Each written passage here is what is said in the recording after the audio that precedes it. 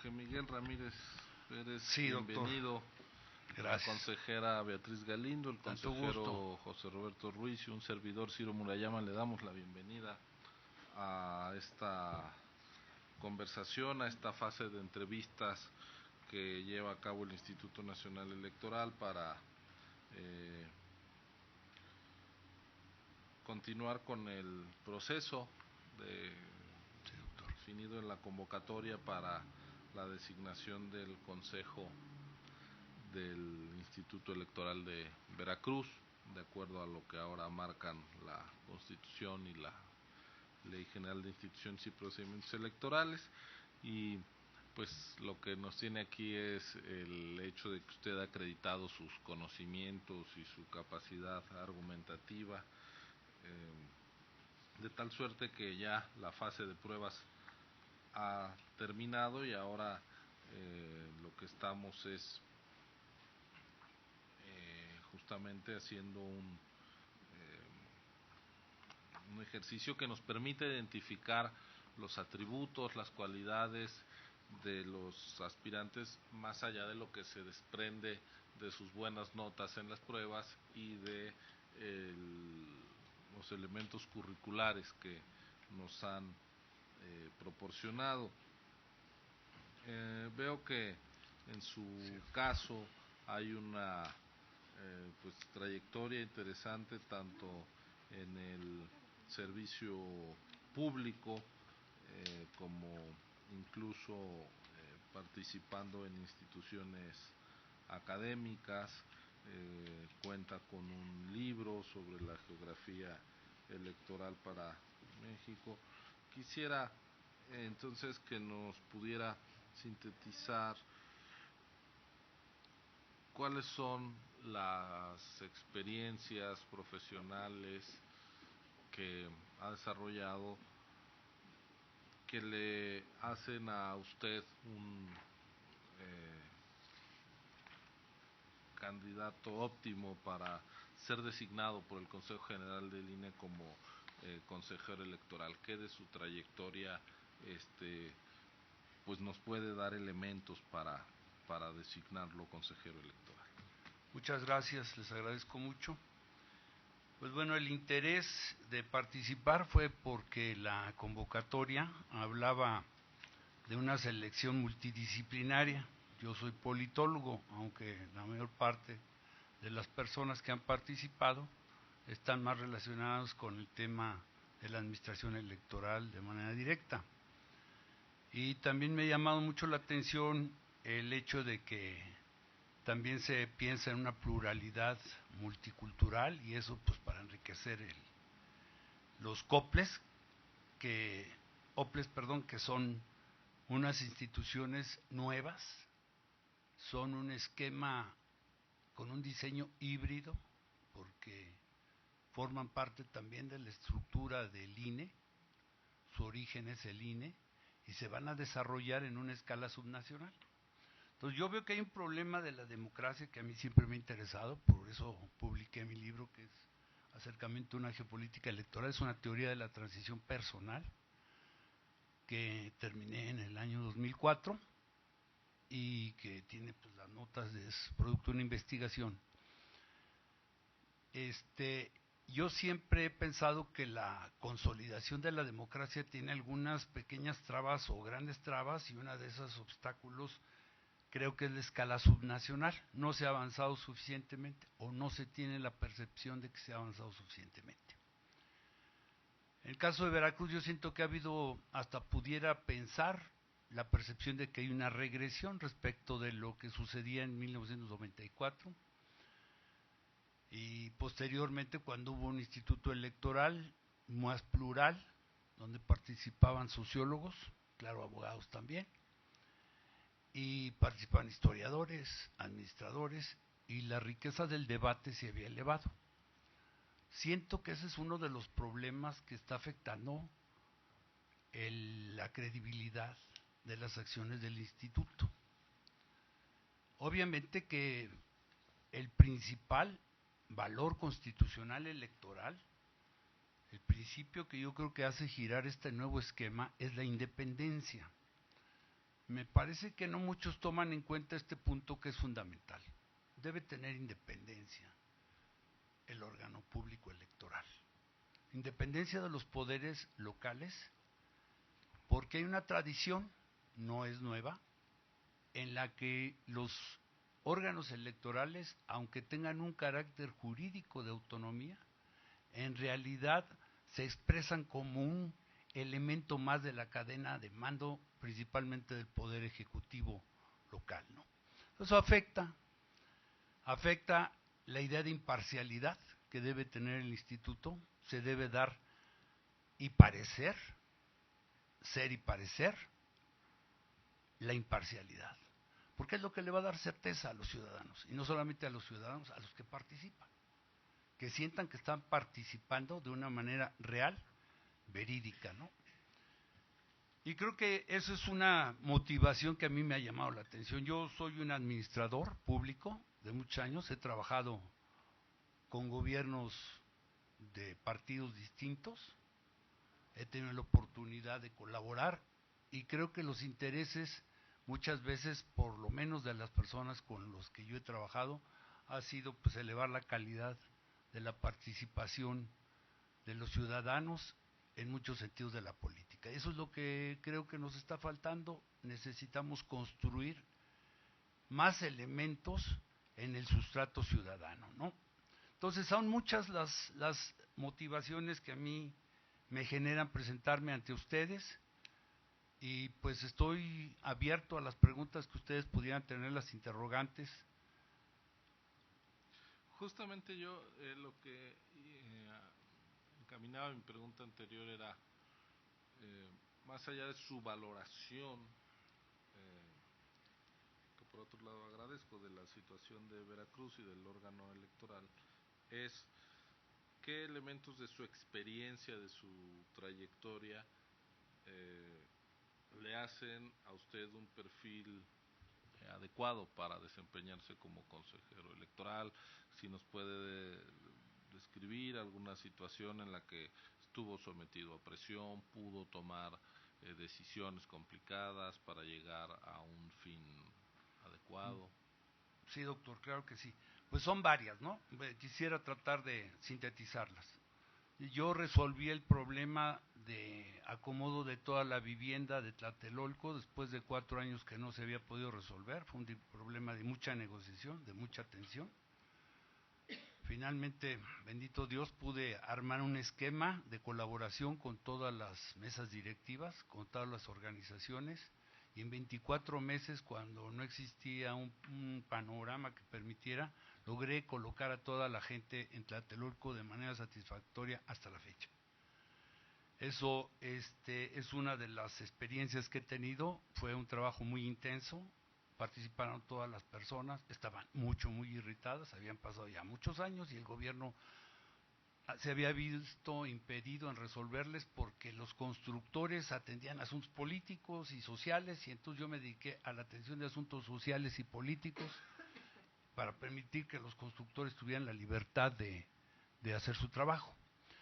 Por otra parte, yo fui director... Usted, perdóneme, en esa experiencia, ¿qué cargo tenía? Yo era director general de AISA, que era una empresa de participación estatal mayoritaria que ya desapareció, que era la encargada, era el casero básicamente de 100,000 familias, ¿no? ¿Cuándo fue esto? Pues fue en el año 1993 y 94, aproximadamente. Hay varias cosas que no tengo ahí porque el espacio era muy pequeño para lo del currículum, pero también fue director del organismo de Cuenca Pacífico Norte, que tiene sí, toda la extensión del estado de Sinaloa, un 43% del estado de Durango, y también un 40% del estado de Nayarit y una pequeña porción de 3 municipios del estado de Zacatecas. Ahí están 975,000 hectáreas de riego, y obviamente pues son pues los que producen la alimentación más importante para el país. Es un área de agricultores, hay un modelo de módulos de agricultores y hay consejos de cuenca. Aquí teníamos un problema entre las autoridades locales, que eran de un partido, y la autoridad federal de otro partido. Y entonces estaba trabada la inversión y pues eso ya iba a empezar a generar muchos problemas para el país. Tuve la oportunidad de servir también durante 3 años. ¿Y cómo resolvió esa situación en la cuenca del Pacífico Pues Norte? con mucha comunicación, dándole participación al gobierno del estado, invitando a los municipios que participaran, y sobre todo trabajé con el grupo de coordinación y seguimiento de los consejos de cuenca, que son un esquema pues maravilloso para que participen los usuarios y los ciudadanos interesados en los temas de sustentabilidad. Incluso generé una cosa que me ha dado mucho orgullo, que es Fábricas de Agua del Estado de Sinaloa, que funciona con los agricultores. Ellos cooperan para restablecer toda la zona ecológica alrededor de la presa Sanalona, que es la que alimenta prácticamente todo el valle de Culiacán. Entonces ahí trabajamos, empezamos a restablecer, hicimos un experimento totalmente ciudadano, con agricultores que estaban interesados en el deterioro de la región. Empezamos a trabajar también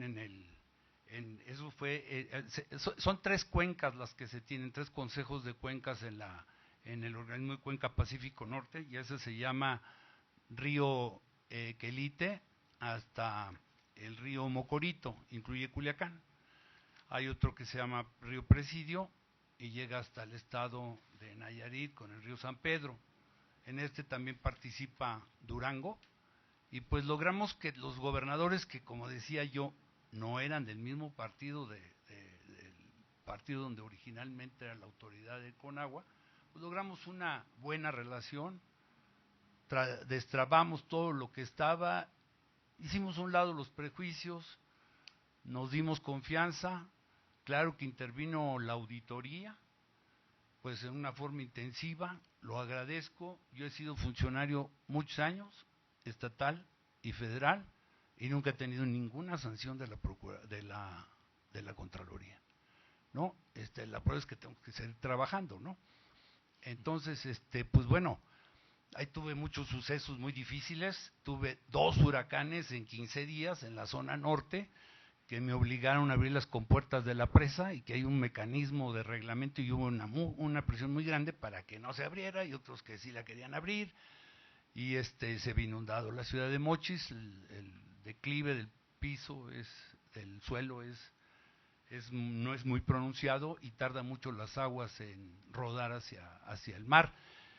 Y bueno, pues tomamos las decisiones. Los gobernadores me apoyaron, los jefes militares me apoyaron, pero lo más interesante, los agricultores, los usuarios del agua y los ciudadanos en general me apoyaron cuando se vino el problema. Yo ya no estaba en la administración, de una helada que obligó a que se tomó una decisión, me parece que muy precipitada, y si se tuvo que volver a resembrar el maíz, que lleva como 7 láminas por lo menos. Se acabaron el agua, y entonces se acordaron que pues yo mantuve la presa más importante del noroeste, y todas las del noroeste que están cercanas a la zona que fue afectada, que se llama Luis Donaldo Colosio, se llama así la presa, pero está en una zona que se llama Huites y recibe los escurrimientos de la Sierra Tarahumara. Entonces he tenido pues muchas actividades, ¿no? He sido asesor del secretario de Gobernación y he trabajado también en la Secretaría de Gobernación. Recientemente estuve de subdelegado de la Secretaría de Gobernación en el estado de Veracruz, y realicé 11 reuniones regionales con presidentes municipales relacionados con los delegados federales y representantes de los delegados federales en la zona, para tratar los asuntos de manera que ellos no tengan que estar haciendo colas y estar haciendo trámites, sino de manera directa. Las reuniones duraron aproximadamente 3 horas, todos participaron, pues yo fui el moderador, y hablaban pues todos, absolutamente todos, ¿no? Al principio que estaban un poco escépticos. Creo en la comunicación, soy una persona que creo en la libertad de expresión. Tuve la oportunidad, está ahí en el internet, de atender lo que pensaban algunos también que era una agresión a una de las periodistas que había cometido pues, un lamentable accidente. La atendí, hice el trámite con la Comisión de Derechos Humanos, y cambió la situación pues de una manera sustancial, ¿no? Sin, y obviamente que, como dice Antanas Mockus, una muerte, una vida, perdón, es irrepetible. Y había habido un accidente. Entonces yo creo que el asunto de la legalidad es muy importante. Y he escuchado, porque sí he escuchado la participación de otros compañeros que hacen mucho énfasis en la legalidad, pero pues eso es lo obligatorio, o sea, obviamente que lo tenemos que hacer. Y obviamente que hay unas personas que no quieren entender mucho que eso existe. Falta estabilidad, falta elevar el debate, la calidad de la democracia. Entender que no podemos seguir con algunas tradiciones que ya no son operativas, no le ayudan a nadie. Se necesita mucho más legitimidad. Sobre lo que yo le pregunté, ya me ha respondido ampliamente, se lo agradezco. Sí, doctor. Discúlpeme que lo interrumpe, pero es para permitir que mis colegas hagan uso de la palabra. Sí, sí, doctor. Buenas tardes. Sí, maestra. Usted en su exposición comentó que visualiza a los organismos electorales locales en un esquema distinto antes de la reforma constitucional y legal. De manera concreta, ¿cómo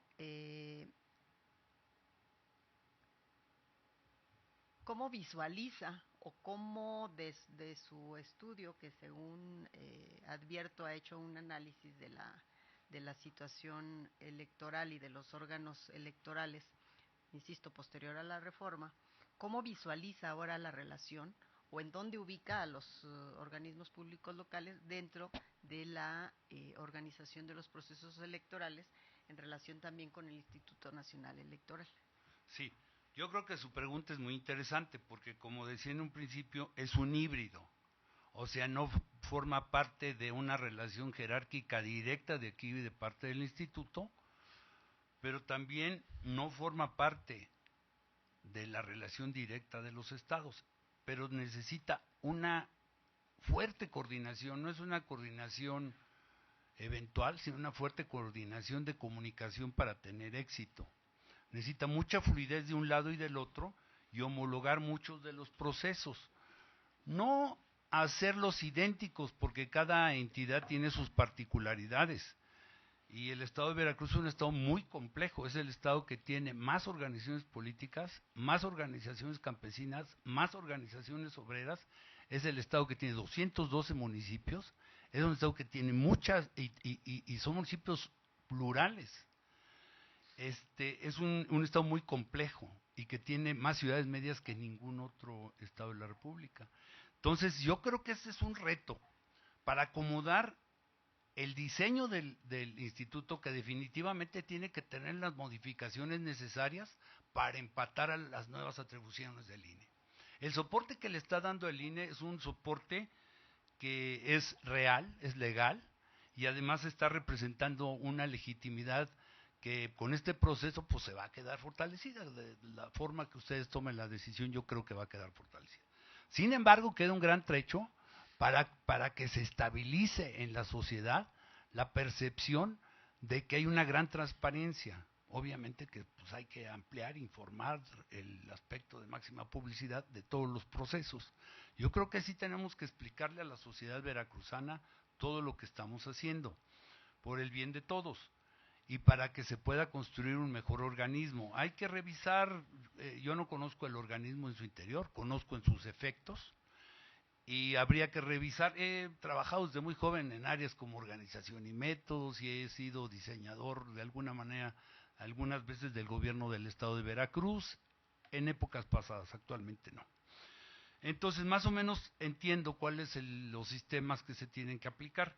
Creo que es una oportunidad y así lo veo, pero que tenemos que construir un nuevo instituto. Me parece que no todos están pensando en la misma manera. Eso no quiere decir que hay que desechar todo lo que existe, sino acomodarlos a las instancias, a la coordinación que se debe tener, darle institucionalidad. Por su formación y además por haber laborado en Secretaría de Gobernación, en donde pues se involucran, estudian, regulan cuestión política del país, pero también ha tenido la experiencia de trato directo con pues organizaciones sociales, de campesinos, por lo que nos ha comentado. Entonces le veo como que ha tenido contacto con ámbitos extremos, ¿no? De Secretaría de Gobernación y trato directo con ciudadanos. Entonces, con esa experiencia que usted ha acumulado, así de manera concreta, ¿qué aportaría al organismo local en Veracruz para que tenga un buen desempeño? Sí, maestra. Creo que a mí me gustaría ahorita recurrir a una herramienta, la idea de gobernabilidad, ¿no? Por una parte, la idea de gobernabilidad es la eficacia que pueda tener el gobierno, ¿no? Y en esa parte, pues mi carrera en esos ámbitos de la Secretaría de Gobernación y la Administración Pública. Pero la otra parte de gobernabilidad es la legitimidad, y eso es lo que le corresponde en gran medida al Instituto Nacional Electoral y en este caso a los OPEs. Entonces necesitamos empatar ese tipo de relaciones, tener la posibilidad de preparar el campo propicio, la certeza, la imparcialidad, la equidad suficiente para que la gente entienda que puede tener autoridades con toda la legitimidad posible. Yo creo que, pues, como les decía, conozco el trato con las personas, me gusta escuchar a las personas, que puedan expresar todos sus puntos de vista. No todos hablan de la misma manera ni tienen la facilidad de sintetizar las cosas. En Veracruz hay grupos indígenas importantes y hay que escucharlos, hay que tener paciencia para escucharlos y hay que tener también deseo de entender y saberse comunicar con la gente. Creo que esos elementos los tengo. No, hasta la fecha, pues estaría mal decirlo, pero no tengo ninguna crítica al respecto, ¿no? Muchas gracias. Sí, maestra, gracias. Jorge, buenas tardes, Sí, bienvenido de nuevo y felicidades por estar ya en esta etapa del proceso de designación para consejeras y consejeros del OPLE de Veracruz. La pregunta inicial que tengo es, ¿qué actividad estás desarrollando actualmente de forma profesional? Bueno, yo tengo unos días que dejé el área de gobernación y pues me he estado preparando para esto, ¿no? Tengo interés en participar. Pero los dos últimos cargos que tuve, como expresé, fue ser subdelegado de gobernación para la coordinación de las delegaciones federales en Veracruz. Y el cargo anterior fue ser director de auditoría y revisión financiera en el Congreso de Veracruz, revisando los 212 municipios. Es decir, ¿te saliste de subdelegado para prepararte para el examen? No precisamente, sino que uno de mis intereses fue ese, ¿no? Yo tengo interés en participar en lo que ha sido para mí siempre un interés, que es fortalecer y consolidar la democracia en lo que a mí corresponde. Yo soy de la generación de 1968, o sea, yo viví todos los días, desde el 26 de julio. Y, perdón. Sí, entonces he visto el desarrollo gradual, ¿no? Y me interesa. Creo que está atorado en la parte subnacional. Hay que resolverlo políticamente, con la buena política, ¿no? Esa es la diferencia. Sí, te preguntaba en términos de fechas porque aparece que te separaste de esa subdelegación el 28 de febrero. Febrero, sí. Entonces, son meses, sí. Sí, son meses. Quise decir días. No días o muchos días.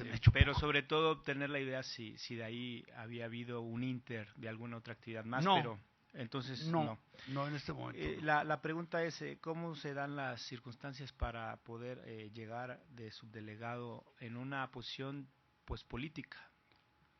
Bueno, pues yo conozco la política de Veracruz. Creo que tengo que aclararlo porque no, pues es obligatorio para lo que a ustedes les interesa. Conozco bien la política de Veracruz. Entonces, cuando llegó el delegado, me entrevistó y el delegado era una persona que venía de otra entidad, ¿no? Y entonces, pues yo le expresé, pues, mi interés de incorporarme y me incorporó a trabajar, ¿no? Hubo una diferencia, sí lo voy a decir. Cuando él se movió de delegado regional, no me nombraron a mí delegado estatal. Creí que no era correcto que siguiera, porque yo había desarrollado todos los esquemas y todos los trabajos para que tuviera viabilidad la delegación, pues en lo que a mí respectaba, que eran las delegaciones. Las integramos, las cohesionamos, dimos servicio, nos relacionamos con la mitad de los alcaldes, porque ya no tiempo vino el periodo de veda electoral. Entonces pudimos atender muchos asuntos, y creo que hubo una decisión por ahí en el centro que no me favoreció, y entonces yo sentí que no se había tomado en cuenta adecuadamente mi trabajo, ¿no? Pero soy conocedor de la política de Veracruz, me precio malamente, porque no debía hacerlo, pero en la necesidad de expresarlo. También conozco la política nacional, y he sido analista de la política toda mi vida, ¿no?